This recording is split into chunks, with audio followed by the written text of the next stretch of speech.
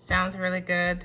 I couldn't find fresh crab meat, so I bought canned crab meat, so I'm hoping that turns out okay. I've never had canned crab meat, so we'll see. Hey everyone, it's Tracy. Welcome to my channel. So today is Taco Tuesday, and I am making enchiladas. So I'm just gonna pan through here. I just got a bunch of really good stuff today. I found some Myers lemons. I love Myers lemons. If you can find them, I suggest you get them. I got some tomatoes. I actually also got canned tomatoes just for the sake of a quick prep. But I might add some fresh tomatoes to it. I have some dill because I think I'm gonna do a little bit of a dill oil to top on the gazpacho. Of course, cilantro.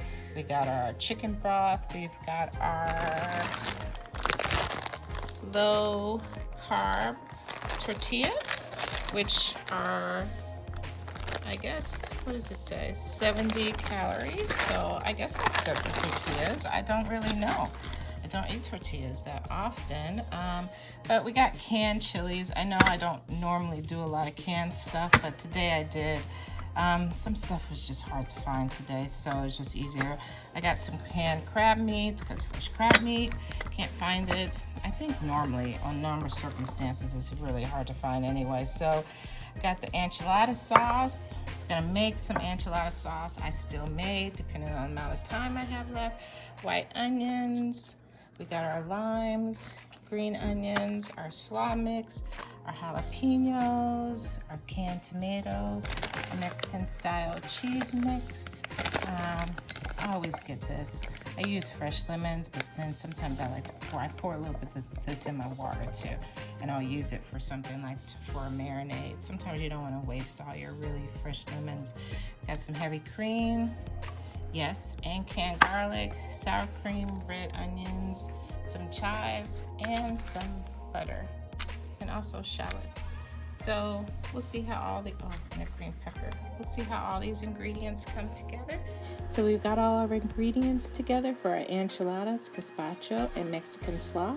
But we're gonna start first with the gazpacho so it can chill in the refrigerator for 2 hours. So first I'm gonna half this red pepper, cut that in half. And we're only gonna need half of it. And then the next thing we're gonna do is we're gonna take our cucumber, and we only need about half of this. And then we will go on and prepare. So for gazpacho soup, a lot of times, many people use fresh tomatoes. I didn't really have time tonight to peel the tomatoes and all that stuff. So I just bought already peeled tomatoes by this brand. And I try to, when I buy something that's canned or already prepared in the store, I always look at the ingredients to make sure there are not a lot of anything in there that doesn't really need to be in there. So that's why I like to, canned tomatoes are one of those things that it's generally not anything added to it. So it's just as safe as making it at home. So I am going to cut the little bit off of that. And just gonna chop up my cucumber.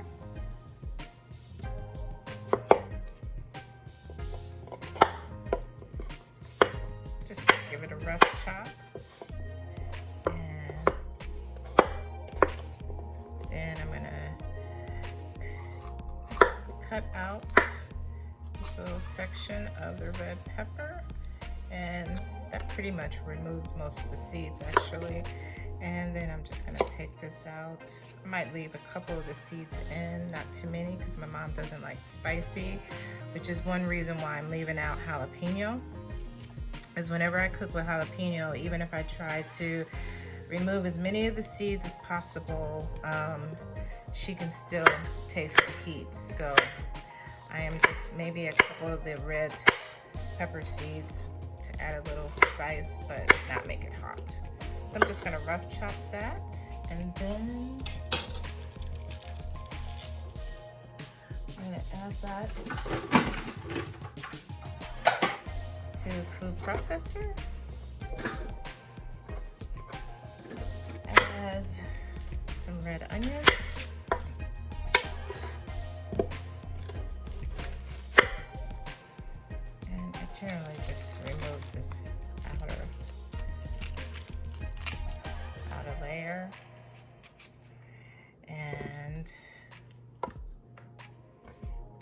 I'm just gonna rough chop this. So next thing I'm gonna do is I'm gonna mince some fresh garlic. I know I bought the minced garlic in the jar, which I hate to use in this because I really want the fresh garlic. That I'm probably gonna use just to saute the shrimp with, so I don't have to use up so much of my fresh garlic. And so that's what we're gonna do. So we don't, since we're gonna put this in a food processor, we really don't have to mince it too fine, but just a little bit. And then add that to the food processor. I'm going really quick today, you guys.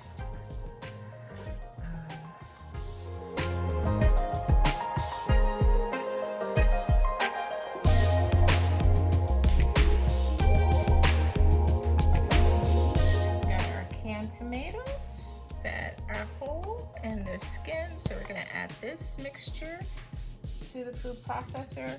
The juice itself, I'm going to sort of reserve it and add it as I process and puree. So I'm adding the whole tomatoes that were canned and skinned, and I'm gonna reserve this because I'm gonna add as needed into the puree for the gazpacho. And we're also gonna add some Worcestershire sauce. We're gonna add a little olive oil, some salt, some pepper, some cumin, and then we should have our gazpacho. So to our processor, I'm gonna add lime juice that I squeeze with my handy dandy juicer that I found in the garage. And I was just like, oh, this is awesome, because squeezing the juice sometimes, and sometimes for some reason I can't find my gadget I bought for juicing lemons and limes, but whatever. And so we're gonna add some Worcestershire sauce. And that was about, I don't know, tablespoon, probably more than a tablespoon. And then we're gonna add a little cumin. And then we're gonna add, I'm just gonna add probably, I don't know, not too much. That might be good. Can always add later. So, and then I'm gonna add about a little cupful of black pepper. And then we're gonna add some our sea salt flakes. It's my favorite, my absolute favorite salt. I use others, but that's my favorite. I also have a Himalayan pink salt and a kosher salt. So we add all this, got all our ingredients in here, and now we're just gonna process.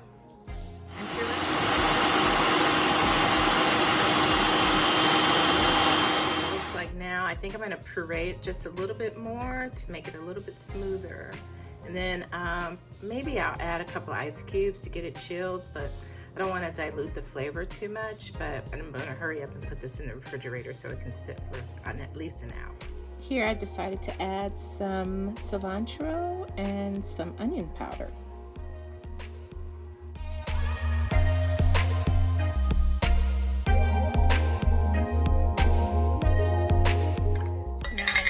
Handy dandy little trusty jars, and so I made a lot because the can of tomatoes were 800 grams, so it makes a lot. So I will jar this, and then that way I will have some left over for the week. It's summertime, so gazpacho is a good summertime snack or meal. Maybe with a little cheese sandwich or something, but you can always use this, the rest of this. So the gazpacho that I'm going to for tonight, since it's just really like a little appetizer to go along with the enchiladas, I am going to put them in these ramekins I jarred the rest, but the part I'm just only going to use is I want this to try to chill as quickly as possible. So I'm just going to put them in these small ramekins and cover it with saran wrap, and then hopefully this will chill, make it chill quicker.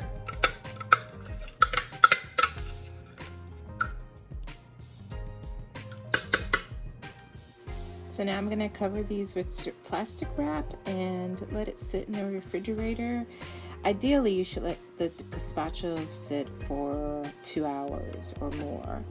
I may have an hour and a half where these will chill, so I'm hoping they'll chill faster in the ramekins. And I'll put them in the coldest section of the refrigerator. So I bought, and I'm glad I bought because I really don't have time to make green chili enchilada sauce. So I bought this at Sprout Organic Green Chili Enchilada Sauce, and I'm gonna add this to some sour cream, make a sauce for the enchiladas. That's it. Simple, easy today.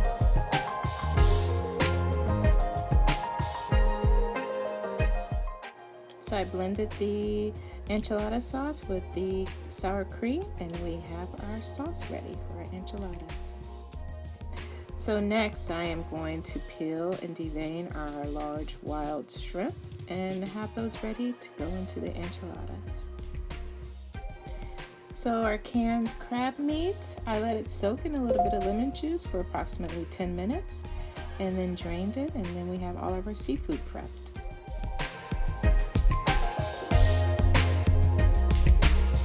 So we're going to chop up an onion.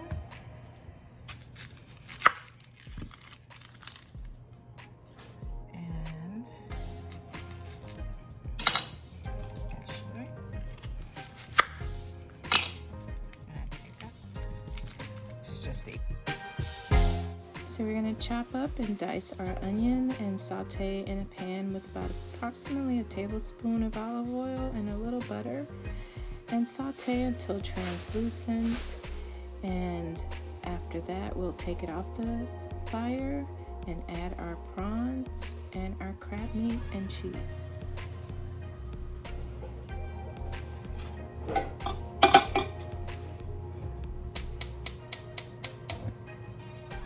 So once our pan is nice and hot, we're going to add our butter and a little bit of olive oil, and we're going to add our onions and saute until they're translucent. Once they're translucent, we are going to add our crab meat and our shrimp, and we're going to take it off the fire and add to a separate bowl and mix together with the cheese.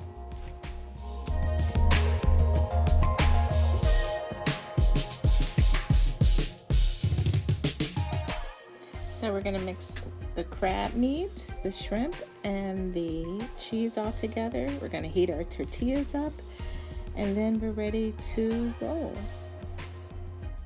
So for each fajita, we're going to heat them up just a couple of seconds on each side. And then I brushed some of the enchilada sauce on each side and just brush it across, make sure it's fully coated. And then we will move on to filling our tortilla shell with the crab meat, the shrimp, and the cheese. And once we're done with our filling, we're going to just take one side, flip it over, then take the other side, flip it over, slide it over, and then there's that. And you just dip and repeat. And there you have it. All of our enchiladas are ready. We're going to cover it with the enchilada sauce and some cheese, and then we're going to bake it in the oven for approximately 25 minutes at 350 degrees Fahrenheit.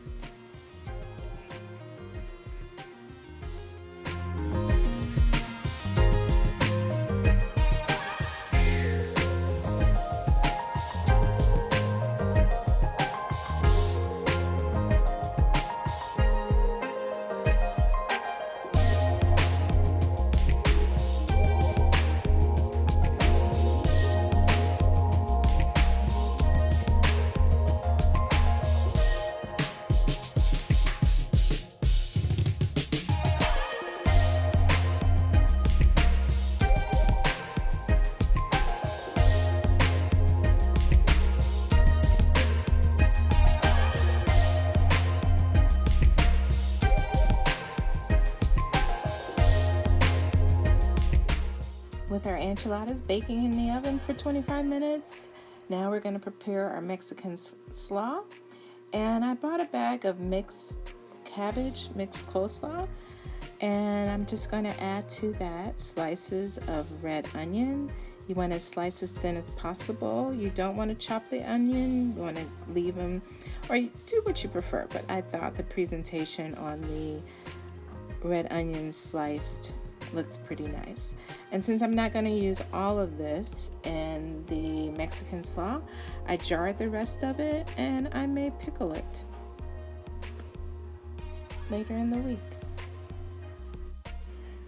And then next for the Mexican slaw, we're going to chop up the other half of our red pepper, and we're going to take that middle part out. We're going to take the ribs out a little bit, and I'm going to leave a little bit of the seeds, whatever naturally kind of falls in there, but we don't want to make it too hot. If for my mom, since she doesn't like the jalapeno, normally I would add jalapeno to the Mexican slaw, take the seeds out. We're just going to julienne our red pepper. Just slice it very thin, as thin as possible, and then we're going to add that to our Mexican slaw.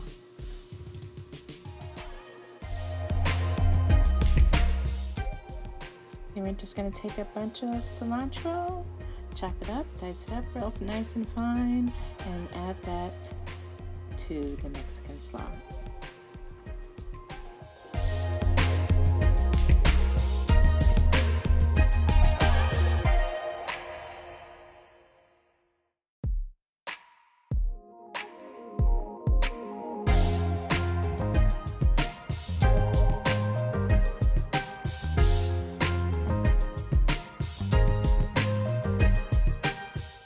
So to dress our Mexican slaw, we are going to take about a third of a cup of olive oil, extra virgin olive oil. Then we're going to add the juice of 1 lime.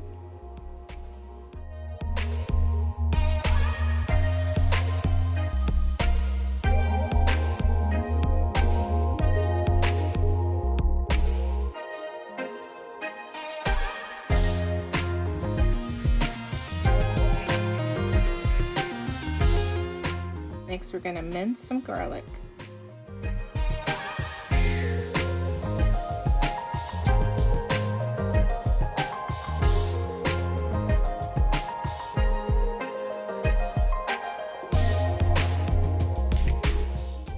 So once we finish mincing our garlic, we'll add that to the olive oil.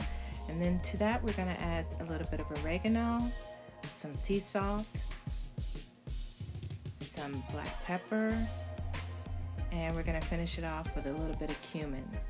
And then whisk everything together, and that's our dressing for our Mexican slaw.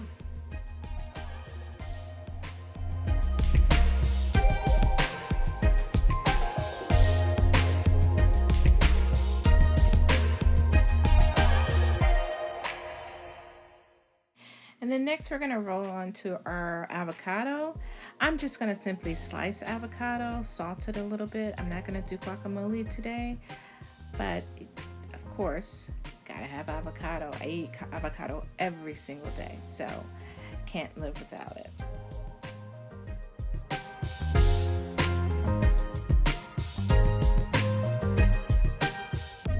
We got our avocados sliced, everything's done. Our enchiladas are done.